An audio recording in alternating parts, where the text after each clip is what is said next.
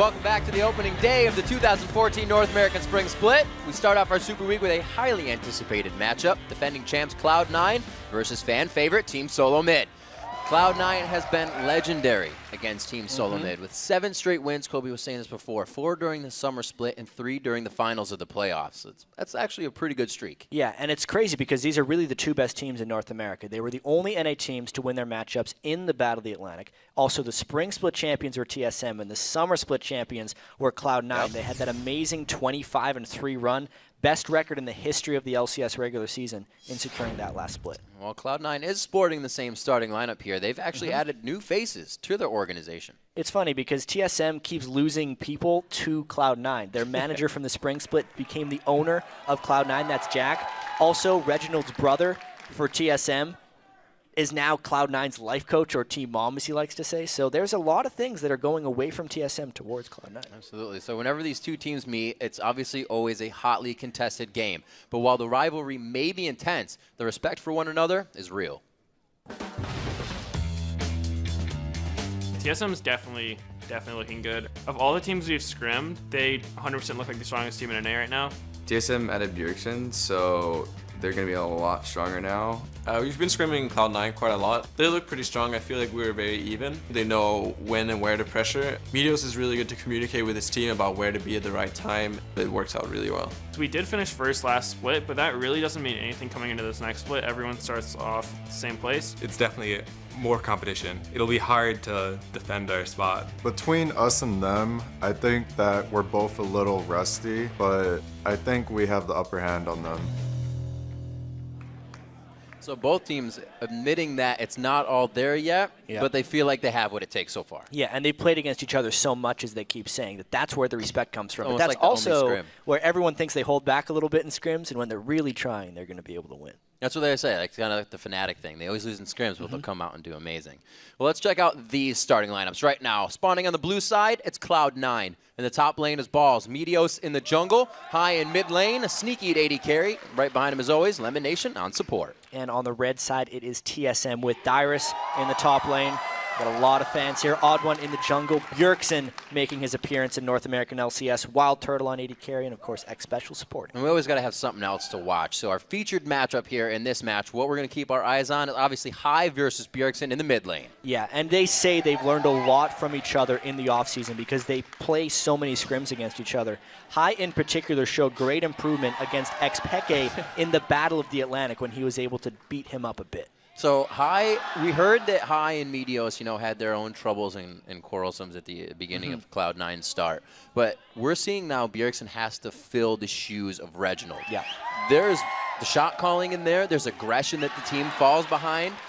What's that role like to fill? Yeah, I don't think anyone can actually replace what Reginald brought to TSM, but Bjergsen brings his own set of tools. He is an amazing laner. He's probably a better mechanical player than Reginald was, and it's on the rest of the team to kind of fill in where the void of shot calling is from Reginald. Bjergsen says he's going to do a little bit, but it's on people like the Odd One and X-Special to kind of help him out.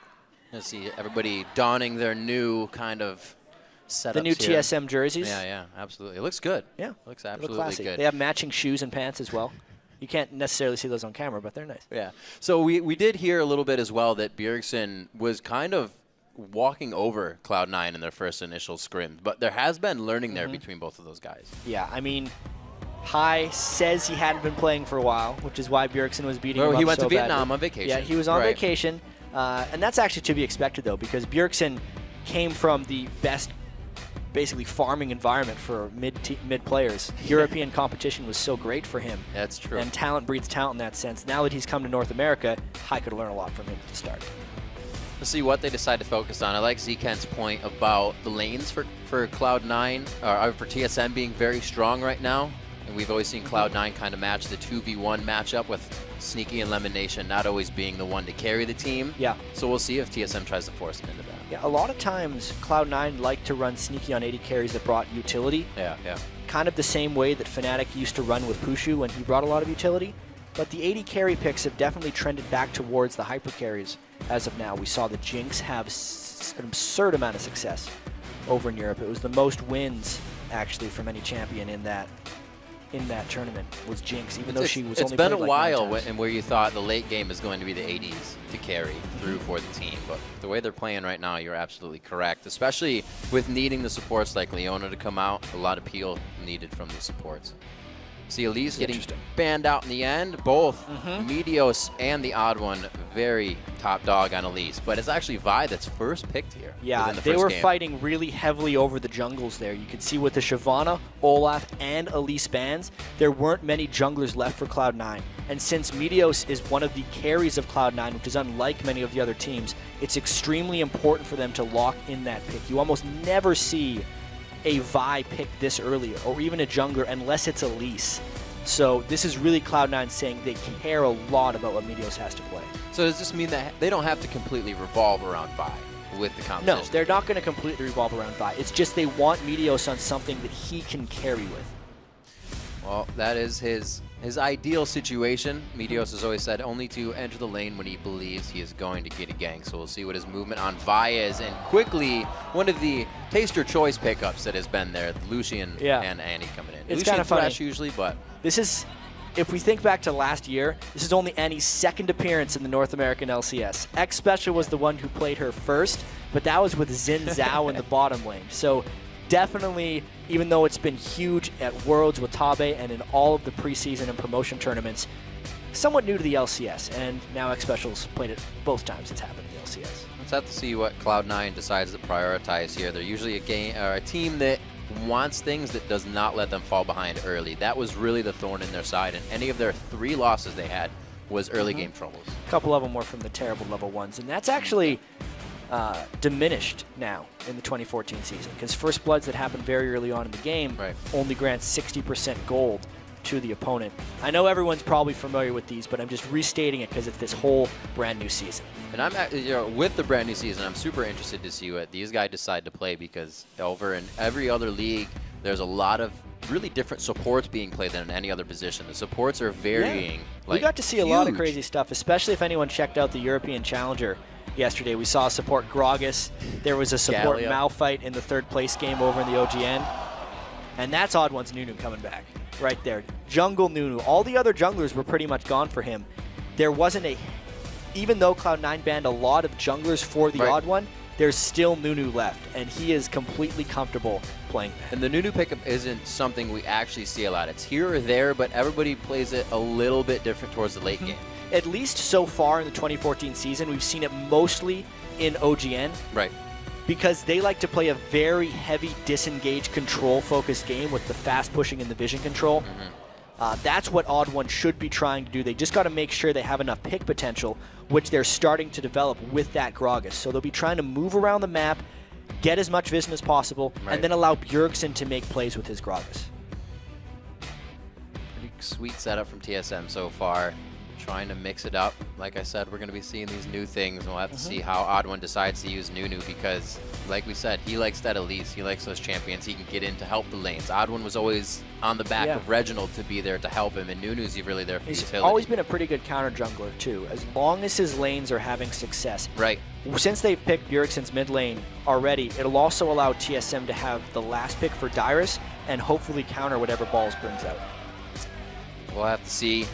He did bring out the Rumble once again for us over in the Boda. It's something that he has always been successful on, and really mentality for Balls is something that always keeps him in the game. You can put him on any champion. Listen. No. Welcome to the North American LCS. Wow. So I was going to say that's going to be a Teemo top lane, but they already have the Renekton as well. Because Teemo actually beats up on most of the current top laners in League of Legends. People just haven't started playing him because they don't think he transitions into team fights very well. That was on the score sheet. You could see the sheet there being handed off to the ref saying, "We're done with this now, thank you." We'll be fine with Teemo. Wow, so... I thought the Nunu pick was going to be really the highlight here. No. So the last time TSM was in a game with Teemo, it did not go well. They were playing against Gaming Gear EU at the World Playoffs, and that was Reginald's final game of his competitive career. Haunting him back with that. They did get First Blood. They did get First Blood. Pulled out the hide and seek. We're going to have to see what's in the top lane here. I actually figured Renekton would be going to the team solo mid comp, but we see instantly they lock in that Nasus. A lot? Yeah. A lot of stuff. Just a lot of lost stuff the to think words. about. Will High actually just be playing mid lane Teemo or not? I mean, mid lane AP Teemo, he can try and get some vision control. Has he learned this from Bjergsen? I don't think so. I feel like this is something High has done all on his own. Oh, man. That was really unexpected. Yeah. I think everybody can tell that about right now. This is going to be an amazing, and he actually is going to go flash barrier on this, so just super safety. Maybe Of course, he's got yeah. Scout Roam. People want to kill Teemo, so you better have the barrier. I'm looking at Cloud9's team composition here, and especially early on, Teemo should be able to beat up on Gragas fairly well. Having the range advantage, and Teemo is just an absolute lane bully early on. So since they have the Caitlyn as well, they could definitely be going for the fast push and try and get down as many early turrets as possible, at which case Teemo would transition into a split pusher, more likely in the top lane, start shrooming up things, and Renekton would go with the rest of the team. That has to be what they have planned. It already sounds annoying. They picked him, and I'm just ready for it. As the teams load onto the Rift, it's time to check out who you think will win this match. If you already voted already, I am sorry. According to LOL Esports, 58% of you think TSM will be taking home the first win of the spring split. And those came in before the Teemo pick. So. That means 42% of people voted for Teemo. Yes. That is not good. Nope, seriously. That is... It's going to be exciting. It's interesting to see. Obviously, it's a little gimmicky because I don't think this is something they're going to put into every strategy they run throughout this season. But if it works for them, then they have not shown anyone anything coming into Super Week. No, this is not anything Cloud9 showed even a hint of against Fnatic in the Battle of the Atlantic. And they prepared heavily for that Battle of the Atlantic. Let's see how heavily they prepared for TSM. All right, let's get the best of ones underway. That's the way the NALCS works. And we are going to see it be Cloud9 versus Team Solo Mid. Not very much of a grudge match, a little rivalry here. Oh, it's a rivalry. This is a developing rivalry. They're 1-2 in the standings at the end of the playoffs last season. Obviously, Cloud9 only had one split. They have kind of a lot of friendship between themselves, but that does not mean this is not going to turn into a fierce rivalry, because if they are the best teams of the NALCS, which they are favored to be here, they're going to play great games. You heard Crepo. Doesn't matter who you are right now. People just want to win. Friend, foe, family, second cousins, doesn't matter. Started with a Dorn's ring on Teemo, too. So you have to just pay attention to Teemo. You don't see him in pro play. He's not going mid lane, which makes actually a lot more sense for the greater context of this composition. What they've done with the Caitlyn is they put her mid because she is the best pusher. Spinning their guns. That's class. It's classy. It's class right there. Yeah. That's when the thresh hook comes from the fog of war and just finishes off Wild Turtle. But now they have two side laners in Renekton and Teemo. Bad manner. Ooh. Wow. -1 on sportsmanship right there. Yeah. Yeah. That'll count. Lock it up. That's like when boxers come in at the start of the ring and they hit Just gloves punch and you the in guy the gives him a face. quick jab in the face. That's what Sneaky just did. Sneaky's not known to do that. Wow. The season changes people. All right, let's see what Look these at guys how much they're have. roaming already. They're already doing a bit of a lane swap. So they have actually put High in the mid lane. Teemo can basically go anywhere he wants in this team composition, but they've decided to put him mid. Yeah, they switch everything back up. Maybe they're just trying to play early mind games. It was red, and the wards are quite well placed by Cloud9, so they were able to move around the way they wanted to. We can get words out. It's the start. And we haven't seen Balls play very much Renekton either. He was mainly Yeah. just a Rumble player. He played Rumble in 4 of their 7 matches overall. And he doesn't care about the lane at the moment.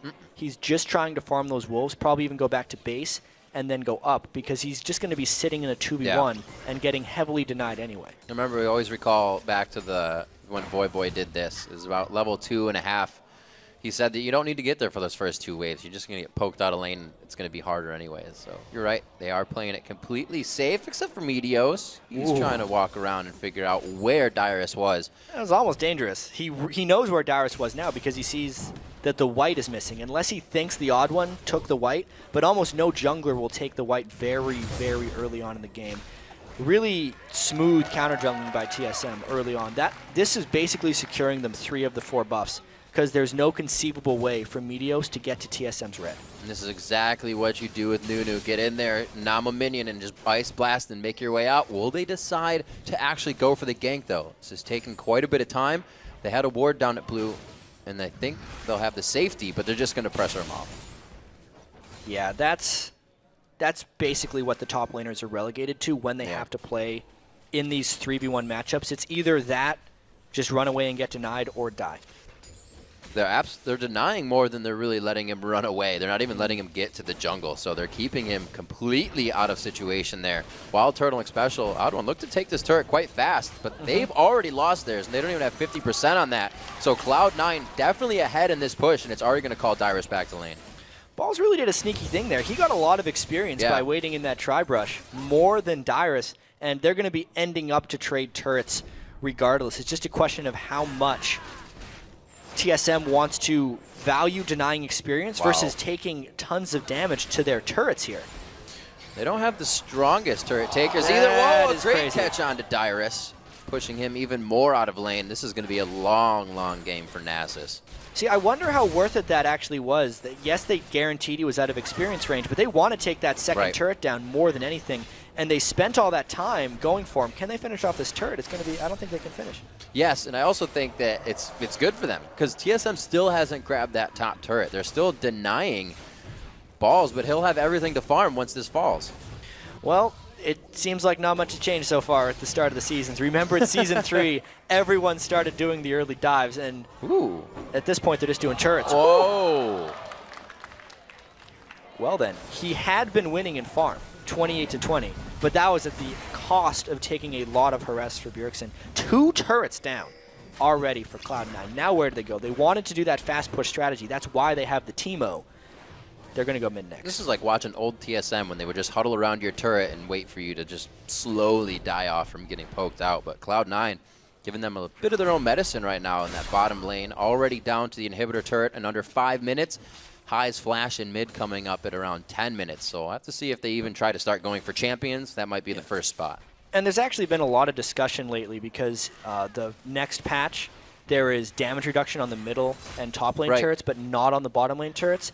And this is kind of our last patch in competitive to see when lane swapping and fast pushing is at its height, because I think a lot of that is going to be changed in future patches.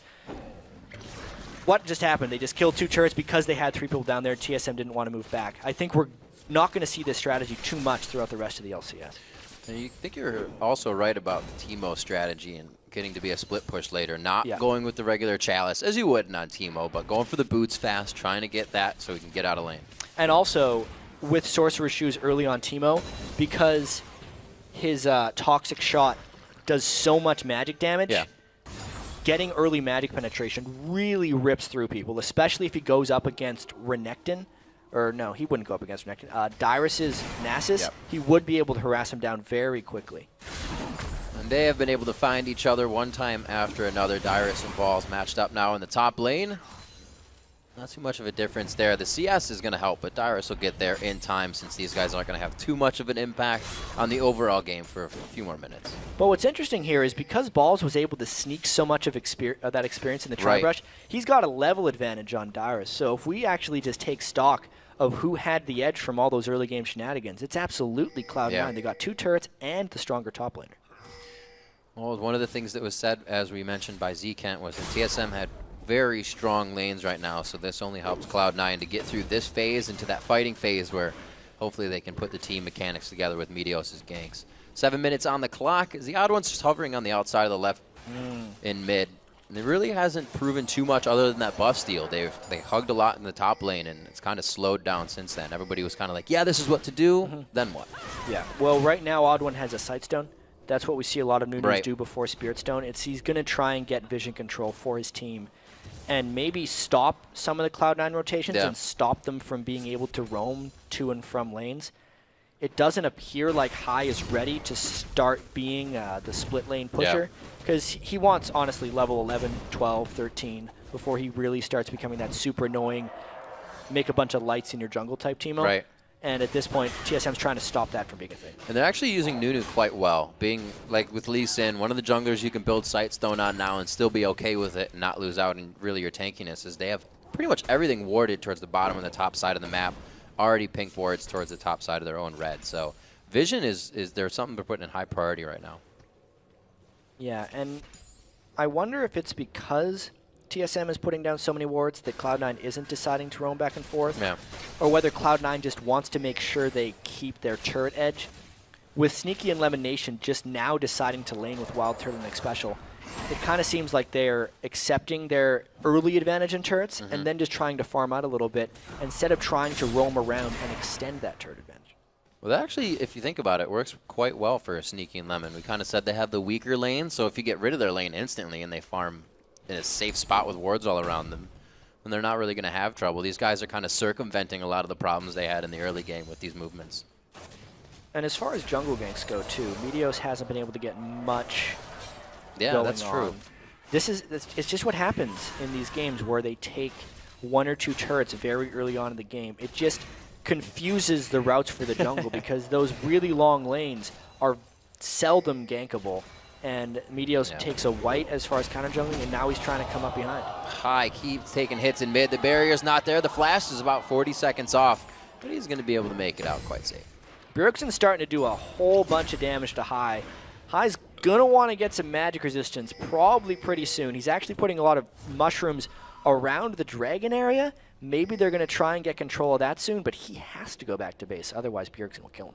Well, with him backing, it looks like they actually may... Oh, they have a ward on him, so they're not going to get there in any sort of sneaky way, if you will. But with him backing, I like the idea of going to clear it and make sure it wasn't going to be an advantage for Team Solo Mid. And if they had the chance, it was going to be theirs. 10 minutes on the clock now.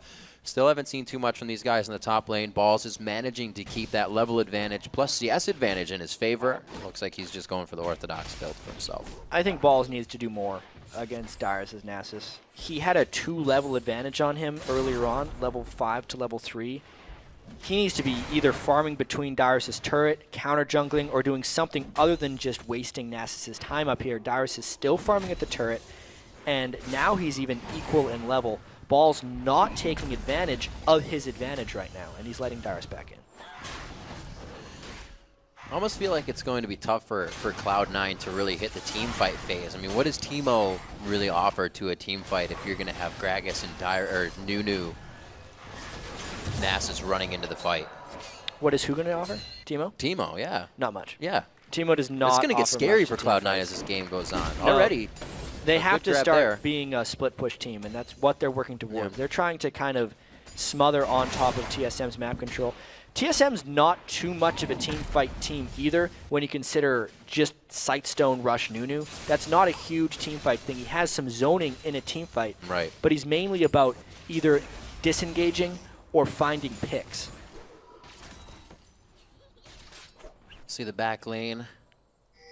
The back lane. Wild Turtle Special rather backing off in their lane. Only a Phage coming out right now to the BF sword for Sneaky, as he's trying to go Bloodthirster, which is different for him as well to have Caitlyn there. He's going to be a primary source of damage for the team coming into this one. And Lemon Nation is actually buying up more wards than usual for the early game. So the little changes as well that we were talking about. Yeah, he's just now picked up his upgrade to Nomad's Medallion, but no, he's only got about 16 gold generated on that so far, so it's very new. He hasn't been getting that from the start.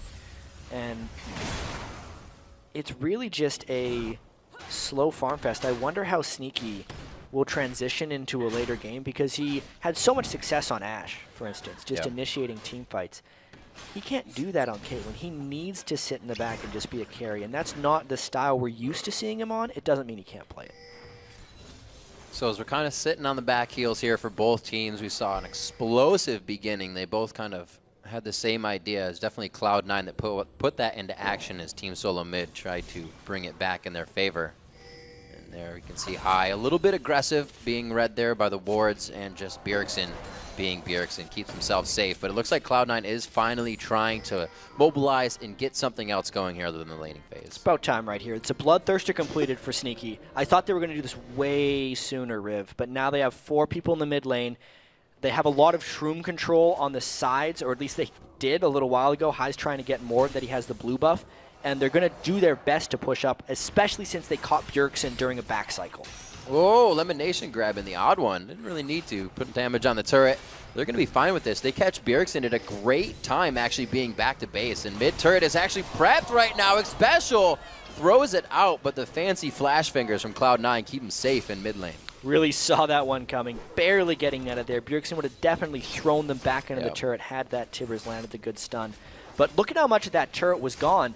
It's now still a 4-man siege. They're going to try once again, and they know that Tibbers is down this time. So that really, this rotation started. We saw Elimination and Sneaky coming up from the mid lane the first time they pushed out Bjergsen. They get the turret, and this fight begins now. Elimination very low. The Ignite takes him out. First blood going over to Wild Turtle, but the 80 carries straight Retribution kills, and the Culling on the backdraft is able to take down 5. Oh, very nice job coming out, Turtle. It's up on the Sneaky. The 80 carry draw. The Ignite takes him down, and Xpecial's able to pick himself up a kill. Teemo coming out of nowhere, and he gets him with the Mushroom. Wow, so that was how you punish a push, in a sense, and they forced a team fight on a team with Teemo who didn't want to team fight. You can see Lemonation, while he did get a good box off, the rest of TSM was just dishing out damage. Bjergsen and Wild Turtle were effectively untouched, and High was way too close to the sun right there. He does not need to be melee range against Gragas. It meant he couldn't retreat once he was low, and then because Xpecial just got that Ignite on, he finished off. Also, somebody stepped on a mushroom. That'll happen. 4-2 though, a very explosive fight. I'm glad that happened because they started to slow down way too much for anybody's liking. But good kills coming out. 3-1 in turrets as the mid turret did fall and was prepped very nicely. So TSM needed to get some kills there. They came up with them. And if Cloud9 doesn't want to lose this game, they need Balls' Renekton to start making an impact now. If he waits another 15 minutes, Dyrus is going to make a much larger impact on Nasus. Dyrus can't do much yet. He doesn't even have his Iceborne Gauntlets. That's what he's building towards. And since Cloud9 just lost a 4v4, that option isn't necessarily there for them. They can't get caught in another fight like that one. And it seems like Cloud9 is still sticking true to whatever strategy they had. As I said, that kind of started with Elimination coming up to mid. Even though they lost the fight, got a little bit of the turret damage or turret coverage on it. They moved up to the top lane with Elimination and Sneaky and took out the top one. So they're just methodically staying on course right now. Looks like High will find Dyrus. Whoa! That was some big damage right there. That blinding dot hurts. Just a little bit. I don't think Dyrus wants anymore, but it looks like he thinks he can keep the Wither in range. The body slam through the wall. High's not taking too much damage. Dyrus may be able to get himself back in this for one more Wither. Oh, the last barrel. What a do-si-do by these guys. Both teams trying to get into the fight and see which was the best angle. Bjergsen able to make it out quick enough. Ace in the hole. Takes down Dyrus, so they again trade 1 for 1, but it's not over, chat. They get the assault battery into the vault breaker down on Bjergsen, and it looks like Cloud9 is always in the right place at the right time right now. The odd one to follow up in mid. Teemo's global taunt worked wonders right there. They wanted to kill High, and the rest of Cloud9 collapsed down. Let's see if they can continue their push here up towards the inhibitor. It's a very critical point in the game right now because TSM is trying to counter the fast push, but if they leave their inhibitor door open, that's going to be trouble all through the rest of the game. They have a perfect combination in the top lane here to blood boil Lucian, make him strong. The teleport's going to be coming in. Oh, he goes so far! Will it matter? He died. He was just way in there because he wanted. That was something we need to be able to see again. That was a big mistake and misplay by Lemon Nation. Total miscommunication. The turrets are actually up for TSM. Yeah. They got 2 turrets in that Catch the Teemo game, and it is a fantastic job by them to really slingshot their gold back in this game. Plus, the Dragon's up right now. It looks like they are going to be able to fight for this one. Pink ward goes down, so they have full coverage from that side. It's deep enough to see the back as well, so it's really going to be pretty, Vi is there. Meteos just on the outside. This is going to be hard for him to be able to get in and out. His flash was used on the last fight, so he is all in if he tries to go for this. I don't think they're going to waste that much for the gold. It's not that big yet. Really? He gets it with the Piltover Peacemaker. An amazing hit. The early smite coming out. The smite for Meteos did not happen, so that was an ability take. No, it was a Caitlyn steal against a Nunu. Odd One completely messing up his timing on his Consume plus smite because nobody should take Dragon from a Nunu, especially especially the odd. Really, the only thing that can happen is you're relying on your team to burst with you. And this is actually the fight from before as well for Lemon Nation. So Lemon Nation was trying to go aggressive on X Special right as the teleport came in. So he drew turret aggro, got stunned as Darius came in, and it was a whole bunch of trouble. But they should not have been trying to get that aggressive there. That's actually a second case where they should have focused on the turret instead of worrying about killing Annie. Yeah, absolutely. We see coming into that Dragon, to touch on just the end point, is that everybody focused on Meteos when he came over the wall. So with Odd One expecting his team to do all that final burst for him to chomp it, you get damage to the champion and he smites early. Yeah, I still feel like it's too much. It's too much damage that he has. Just this, yeah. I mean, you look at Bjerg at his smite, it's doing 640 damage, and his consume is doing 400 to minions. It's 1,000 damage spike. And if you time your consume properly, you know when the damage hits, and since smite is an instant cast, you should get 1,000 damage instantly. Yeah. And it should not be stealable if you execute properly. Sneaky coming through big for his team there. They hold just about 1,000 gold lead, which really isn't much in the big picture of things right now. The Morello Namicon coming out for high along with the Haunting Guys. And it looks like Sneaky's going to be turning that into a static shiv for himself. He's going to be going most likely just for the Caitlyn push. They want to continue to push this game. They had the 4 turrets at 15 minutes into the game, which is a very early time to have them. But really, after they got those 2 kills on Darius and Bjergsen, they stopped that one. It looks like Meteos was trying to catch himself at Darius, but he just was a little bit too slow. Yeah, they used the Talisman of Ascension there to get a bit of a chase. They were not able to pursue fully. So 4-3 in turrets. The mid turret going down really hasn't affected too much. High gets kind of baited into this fight. Annie's just on the backside, but he also thought he had Bjergsen in a position that he wanted so many mushrooms, but it's not going to be enough because Bjergsen just levels up through the damage anyways. Yeah, and as long as High doesn't have any defensive itemization, he is consistently vulnerable to Bjergsen just destroying him with a couple barrels. That was a nice kill by Bjergsen. And this is where we have to wonder what Cloud9 was actually trying to do with this composition, because they got the 3 roam on to the first 3 turrets. Yeah. They got the bottom turret, which they dove a little heavy, but are they going to start using Teemo as a split push? Do they keep Teemo in the fights? High's kind of trying to do his own thing right now. It's not really telling the story. I think High wants to farm up a little bit more. He does just have his Morello Nomicon and his magic penetration right now. As long as Cloud9 stays in the game and continues to split push smartly without taking deaths, then his shrooms can get powerful enough that they can bait TSM around some objectives and maybe get them low for mushrooms. If we notice TSM, they don't have a Sona or any type of Soraka, Taric, Kale, things that can heal well off of mushrooms. This might be big for them if they can get Dyrus to teleport away and into this fight. But it's been disengaged. It would have been big moves here that Balls would have been able to use on top, but you can see he's already coming down. They are anticipating this to be a fight or his push mid. Yeah, Cloud9 pulled back because they were expecting TSM to be coming down. If Balls makes it into this fight, they would have an edge. But if it's a 4v4 in the bottom lane, as we've seen, TSM generally has the advantage. They're going to be the ones trying to siege this against Sneaky's wave clear. You have to consider they know they're there, but right now TSM has full vision on the team of Cloud9. So they would be kind of walking into this fight with a few enemies in the fog of war. But nobody decides to engage on this. They back off.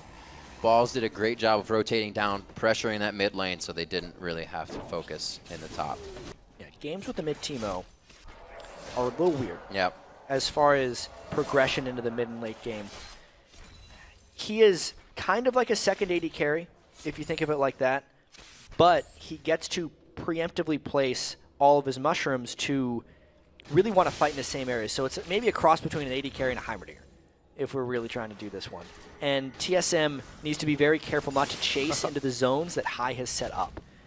As long as TSM kind of sticks to the lanes and can get a few more pick-off kills and then cascade that into objectives, then they're going to be okay. But other than that, Cloud9 is doing good split pushing now.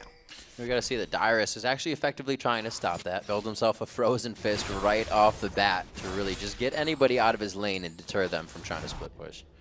I'm really surprised that High hasn't started laning against Dyrus yet. Dyrus is completely itemized against Renekton with nothing but Ninja Tabi and even more armor from his Iceborne Gauntlets. If he actually went toe-to-toe with Teemo, High would beat him. We saw earlier the Blinding Dart took good 10% of his HP right off the bat. We'll have to see. The kills are coming slow. The turrets are just around the same. Yeah, Bals's Renekton hasn't made much of an impact here. Yeah, Dyrus is a little bit farther behind in farm now. Yep. I think that's in part because he did have to go up against High that one time and ended up costing him his life. But a Renekton that farms 200, 300 CS, but doesn't make it into team fights, isn't useful.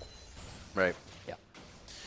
Team Solo mid trying to get that vision up. Odd1 getting caught there. They do a perfect job of getting him on the side. Wild Turtle, ace in the hole, takes him down, and Boss is going to be able to segregate the rest of the team. Nice there. hook. Great hook onto X Special. They take him down. A double kill now for Balls. He is finally able to get himself what is needed to make an impact in these fights. That's really important, actually, because Cloud9's already set up a couple of those mushrooms, and it was actually one mushroom that ended up helping to damage with that hook from Lemon Nation. Odd1 was trying to get some of his map control back. If we actually look at the entire screen here, he's lost vision past the jungle. Right over Shroom, trying to check if there is a dragon, and he just got a face full of Cloud9 right there. They've been waiting for it. The rest of this fight was just them chasing him down. Very good hook, obviously, by Lemon Nation, but TSM was already in full retreat because Odd1 got taken down so quickly. And that's their zone control in team fights. I was just about to mention that. It's almost like Cloud9 used not having as many wards to their advantage, knowing, well, that's not their advantage, but knowing that TSM is warding so much, let me say, because they have a Sightstone, but they also upgraded to Ruby, so that means they have wards everywhere, most likely. So when Cloud9 found out where they weren't, they hid there, and they ambushed. And they're forced into all getting sweepers, too, which is actually decreasing the amount of wards TSM can put on the map. Right. Now that High is starting to become more of an annoyance on his 1-in-3 Teemo. Even though it doesn't look like he's impacting the game, he's having some very heavy swings on the way TSM moves, the way TSM thinks about playing, and the way they build their trinkets. Well, you can see the mushrooms down the bottom side of the map. That is what makes you love Teemo so much, if you will. And we're going to see if TSM finds those quite soon. A lot of the aggression is going to be hovering towards Baron at this point. 25 minutes into the game, a 3K gold lead. Still very close between both of these teams and doesn't tell really anything that's been happening throughout this game. If Cloud9 could sweep the Baron area a little bit better, they could get way more shrooms up towards there and start actually trying to force something. They obviously don't want to try and take Baron against a Nunu and a Gragas. That seems like just giving Baron to the other team. But they can catch some type of TSM fights if they can better control that area. Good amount of burst now on Bjergsen. He has had that Rabadons for quite some time now that the Athene's finished, but it looks like High isn't going for any resistances really for himself. And like you said, should be matching up against Dyrus. They're really not taking advantage of something that would put them quite ahead, but he has the teleport as well, so he can always be in and out of that fight. Yeah, at least now for High, he's kind of trapped in two different places because he wants to be Baroning up or shrooming up the Baron. Yeah. And if he's bottom lane fighting against Dyrus, he can't do that anymore. Coming into our first NA LCS match, the Teemo and the Nunu pick. High kind of faking us out with that one. Yeah, Cloud9's still undefeated against TSM, and if they beat him with Teemo, maybe it's like the ultimate disrespect. But with the way they've been playing this, High has been doing pretty well. That's like great. It does seem like a If it wasn't, it real is thing now. they've been doing. Thanks, yeah, Kat. no problem. Looks like that wasn't a Talisman of Ascension. Just the Blood Boil going on as they get more wards down, the pink wards as well, in high priority positions. But right now, that's being won by C9. C9 has that pink ward, and Dyrus is actually taking quite a bit of damage in this fight before using his ultimate. That Sunfire Cape is giving Balls a pretty good edge. Yeah, Balls can definitely out-trade him for now. If he gets him a little low, and specifically if High can get down there to put damage on Dyrus, who still hasn't itemized any magic resistance, he would fall the Teemo pretty quickly. Meteos, though, is going to take some time. They think they got enough damage to take him down. Not enough Fury to get the stun, but the slow comes in. Will he be able to activate the W? He will not. And that's one thing both these teams have, is a quick way to get to their team. They have the speed ups. High can get there. Lemon Nation was already heading down towards the bottom side before he got hit up. But everybody's ready to control the bait of these fights. Yeah, that was actually... I don't think that gank for Cloud9 was meant to kill. It was meant to draw attention from TSM away from that middle turret. And only because Bjergsen was in that middle lane to ult away the wave did it save that turret. That was almost a very clever turret take by Cloud9, but Bjergsen was ahead of the game. C9 coordinating when the sweepers are up. We did say that teams switched out the sweepers, or the trinkets to the sweepers now. and that's keeping TSM really on top of the vision. It's all about the mushrooms in that bottom half of the map, which is almost over mushroom now since they've been focusing on the top side, which still makes me consider where the Teemo pick goes and what it does for this team.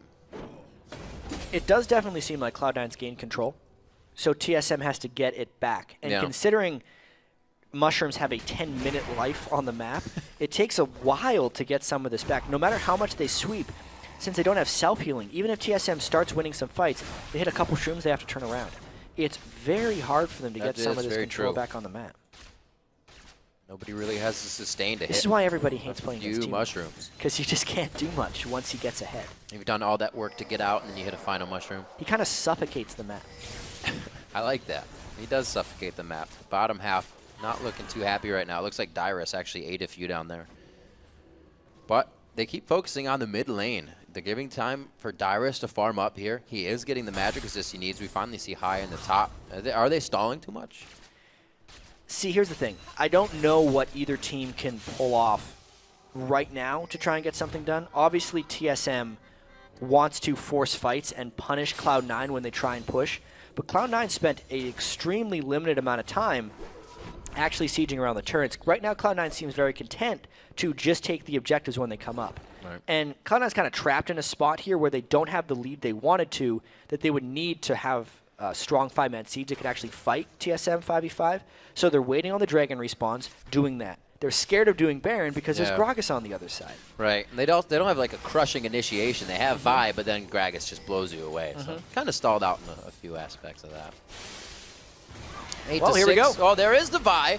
Where's the Gragas barrel though? Whoa, Special may not even get that for himself. The explosive cask is still up. Bjergsen finally uses it, but it's incomplete defense. It's when he was dying. The odd one looking to go down next. He tries to put Absolute Zero in a great spot. Lemonation with a nice fling onto that, but actually the kill goes to Balls, and they're able to get another kill onto Dyrus, leaving only Wild Turtle to run for his life. So here's the big thing that Cloud9 was waiting for, is TSM stopped just defending their turrets, and they started moving into the Shroom field. And they hit a couple, then Cloud9 initiated clean on through them. That's why they won that fight so decisively. It was the setup time that was required for that. Now Cloud9 has the edge they wanted. Really a great lockdown onto Special. Tibbers was seen in that fight, but he was downed instantly as well. Turtle's going to do what he can to soak up everything and anything before he has to get back to base here. They still have good damage. It was just a great initiation from Cloud9. Absolutely, and you saw how low X-Special was before that. Some of that, I think, has to happen from just not having that much self-healing going into that as they're just taking this Dragon. You can see X-Special was already down a little bit when he got Vault Breaker. So at this point, when they're trying to run away, you can see there's some poison on Odd One, just from High, who is now the untouched 80 carry, and in a sense Cloud9 has 280 carries just beating on TSM, who are in full retreat mode. The control was lost from TSM when they lost their CCing support so early, and when Odd One wasn't able to set up a spot for Absolute Zero. Wow, exactly what they wanted coming into that fight. Cloud9 showing why they were the top team of the split last year, and just during intense gameplay, they are able to continuously play at a consistent level that is #1. Hey, only lost 3 times, beat TSM every time, and there's a death cap now finished by High.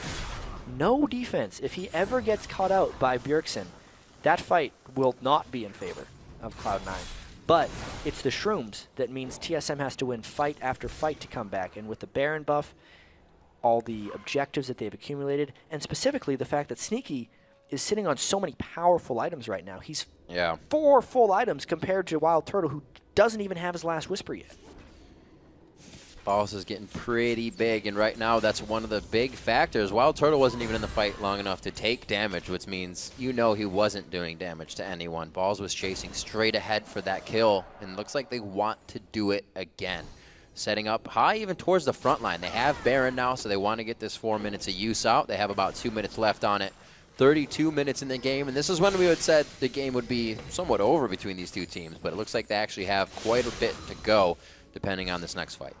Yeah, Cloud9's average win was in the 30-minute range back in the Season 3 split, but they were dominating pretty much everyone. There was a time in this game where TSM seemed like they had a bit of an edge, if not already controlled TSM a little bit, but they're looking like they're in a lot of trouble now. Just a couple hits from Sneaky force a retreat from TSM, and that turret even with the wave clear from Bjergsen's Gragas, was just not defensible. Piltover Peacemakers just absolutely tearing through Wild Turtle right now. It's not something you want to see happening. Well, 16s, they're still pretty much the same.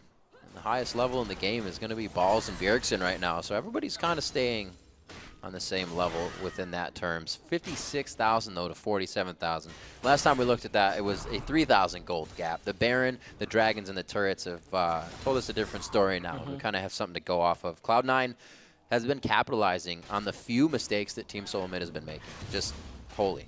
And this is kind of where we also get to see the absence of Reginald in TSM, was when they had the 8 kill to 4 lead, they weren't making any really strong decisions. A couple people were making their own individual good plays. You would see X-Special and Bjergsen make a good play in the mid lane, and then nothing would happen after that. As a team, they weren't moving around extremely well. That's obviously Cloud9 was doing things to try and prevent that, but the old TSM with Reginald may have been a little bit more decisive in that situation.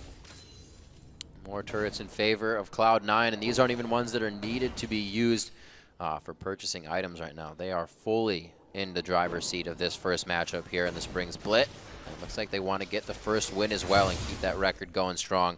High, not even with the team right now. He's going around to make sure he can be a nuisance, make sure he can place more mushrooms in case of pretty much anything. That's really the situation.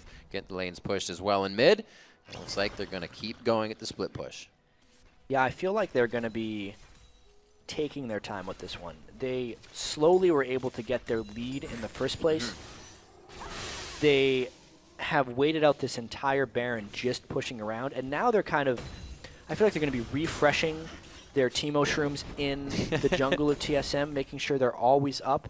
When the next Baron comes through, it's going to be a literal minefield for TSM to walk through, and Cloud9 may be able to just get another one. Obviously, in the meantime, if they can get a catch on someone, they would take it, but they're completely content playing this one safe. And this one's a really, I gotta have to say, it's a thumbs up to Meteos if he can find and engage on the next fight. For TSM to be pinched into their base, Gragas, Tibbers there, that's going to be quite hard to get a good initiation and without your team falling behind quite hard. So it's up to Meteos really if he can put this one, unless TSM steps outside the base, but why would they want to do that right now?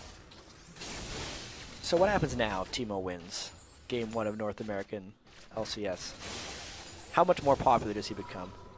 I'm so glad Rank just refreshed. Yeah, I know. Nothing could go wrong. We won't see many Teemos in a new ranked game. Oh, dear. Thanks, High. Especially with his Leandri's Torment at this point. If someone hits a Shroom, and they don't have much magic resist, which no one on TSM really does, a third to half of their health with one hit.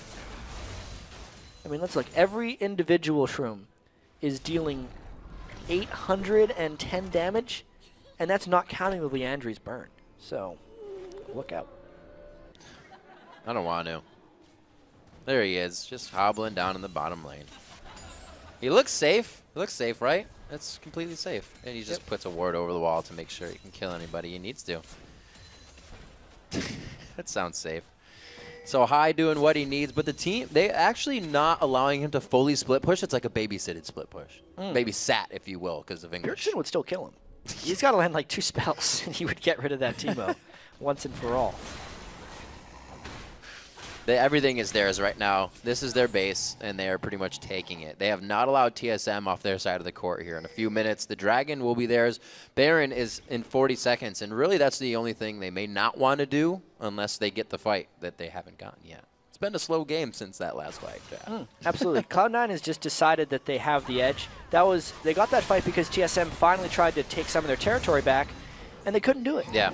So at this point, until Cloud9 invades deeper into TSM's territory, TSM's not going to put up a fight. If TSM comes back into the Shroom land that has happened from Cloud9, they're going to get fought again. But until that happens, we get to see Cloud9 farm. TSM is making it out of their base on this one, and it looks like Cloud9 is letting them have everything they want about it. Looks like they're going to get down to mid-turret here. Could see a pinch from both sides. That teleport on Dyrus is up, but they're not choosing to do any sort of split pushing, and they're literally trying to ward up and get vision of all of mid lane as they go down it, because this is what feels safe to them right now. Exactly, and they're staying in the lane because they know that's the place where the Shrooms are probably not going to be. Everybody got trying to flank her on the back. Right. This is the place where TSM would want to fight. If there is a fight they would win, they would want it here. You can see the second Cloud9 does come back in, they start to really measure each other up in strength, and it's usually TSM backing off a little bit more. They know they have the siege clear. They can keep stopping stuff at a turret, or stopping minions at a turret, I should say. They're the ones to lose this one, right? It's Cloud9 that's trying to win this one very hard. So TSM's just kind of letting the ride go, and hopefully they get a good fight.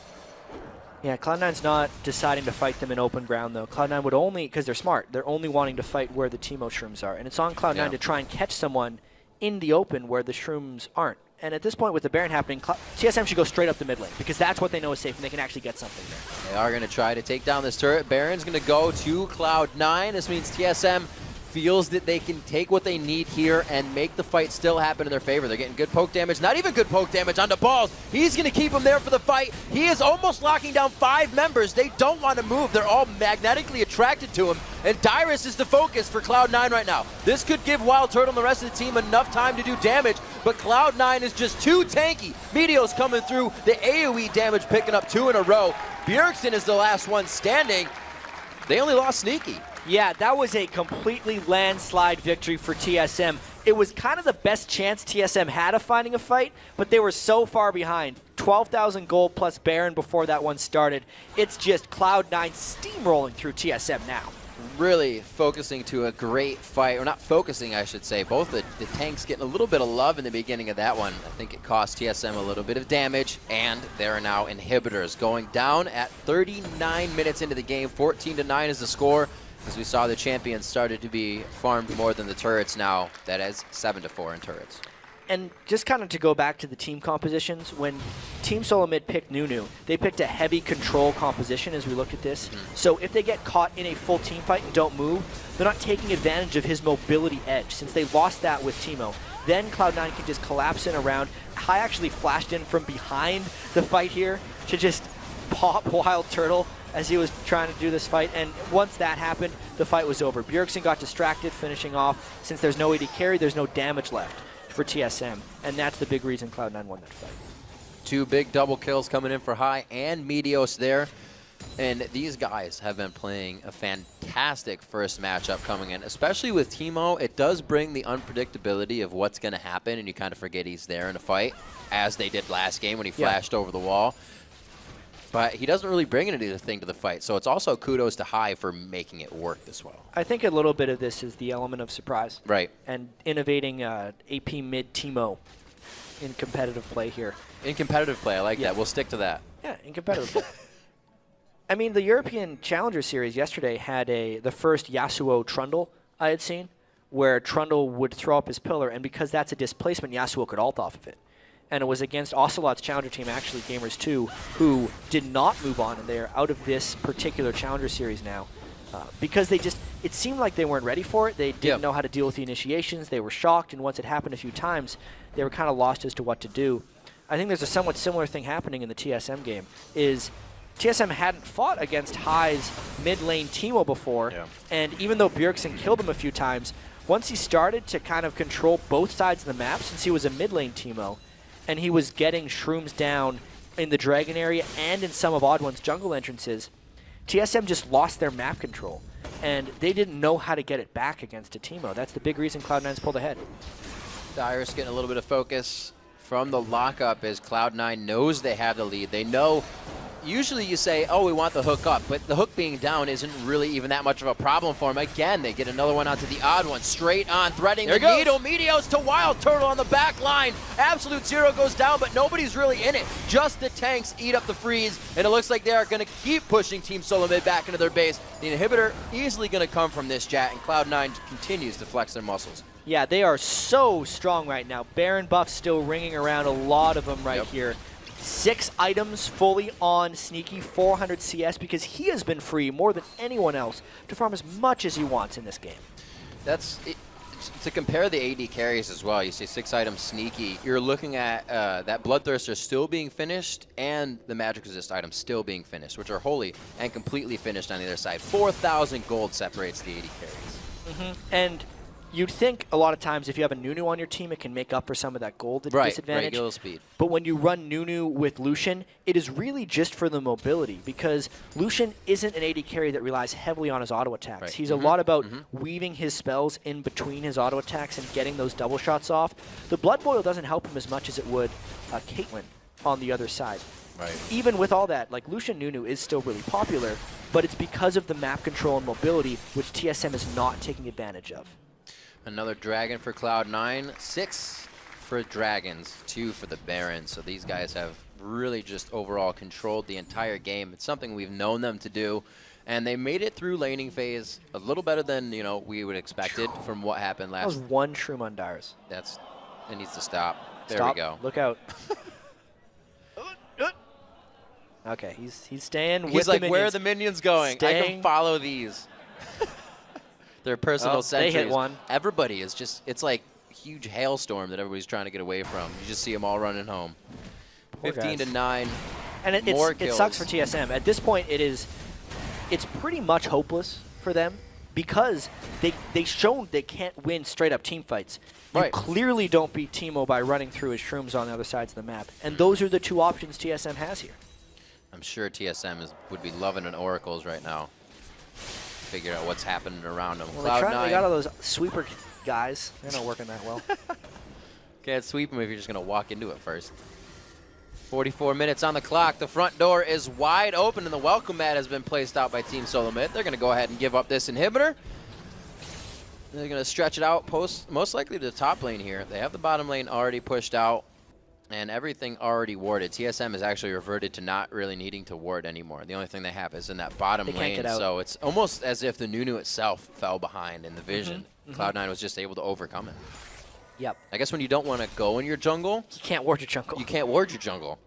Exactly. This is going to be their tried inhibitor number 3. It wouldn't surprise me too much if Cloud9 waited a little bit longer, decided to pick up another Baron just for the safety.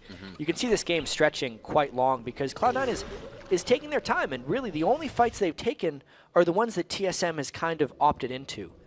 Cloud9 knows that they could have starved out TSM this whole time, and they did. And they waited for TSM to go and walk into their territory. Cloud9 has 4 Banshees fails. That's kind of mean. You're dodging pretty much all of those ults that make you not want to initially dive, especially that's on Meteos. If they don't get the right ults onto him, he's in and to the back line, as he was last time. He hit Wild Turtle straight past the inhibitor, and Absolute Zero didn't even keep balls off of him. Sneaky didn't make it in.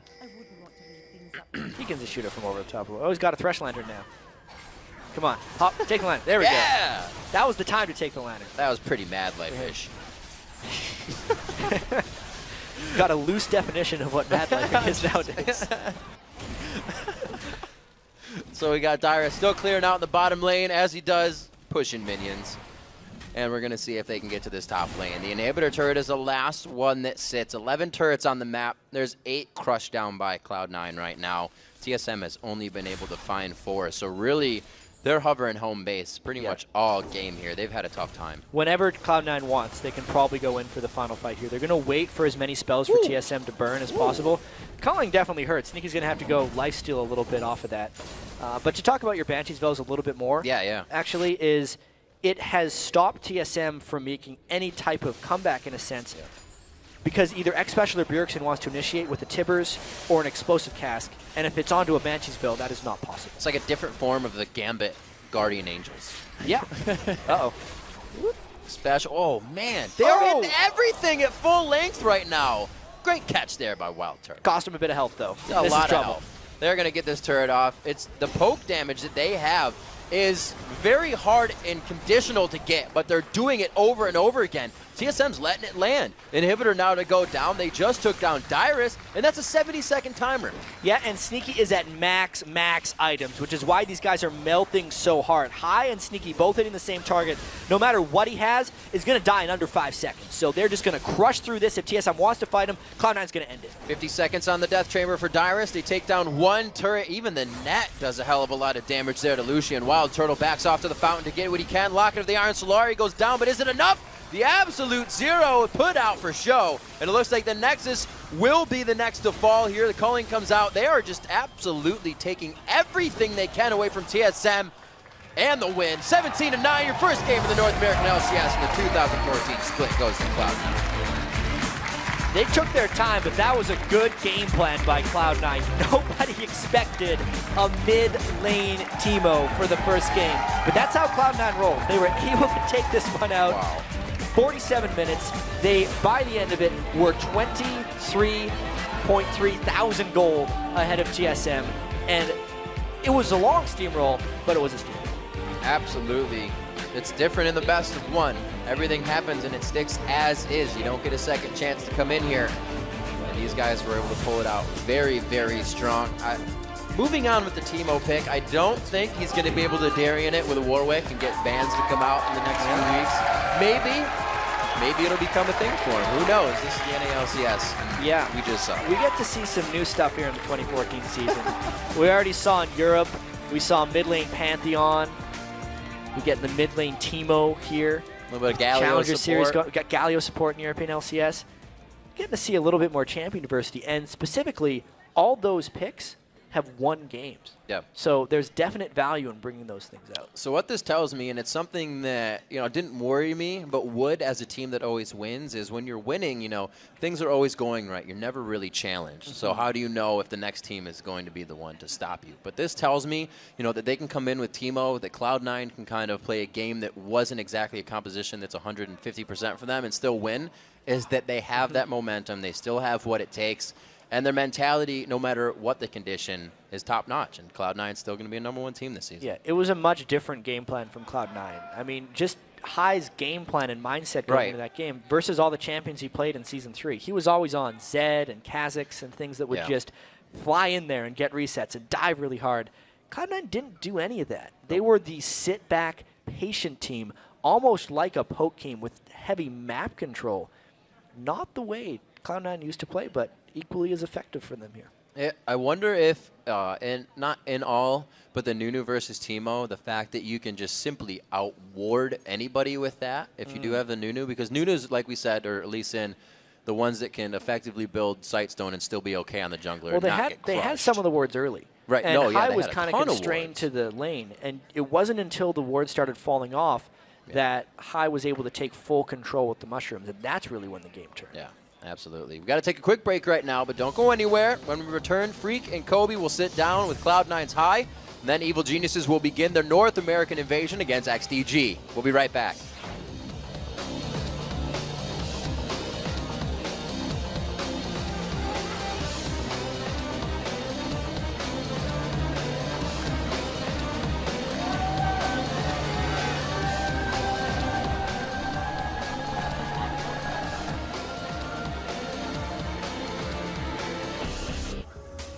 Well, here we go. Oh, there is the buy.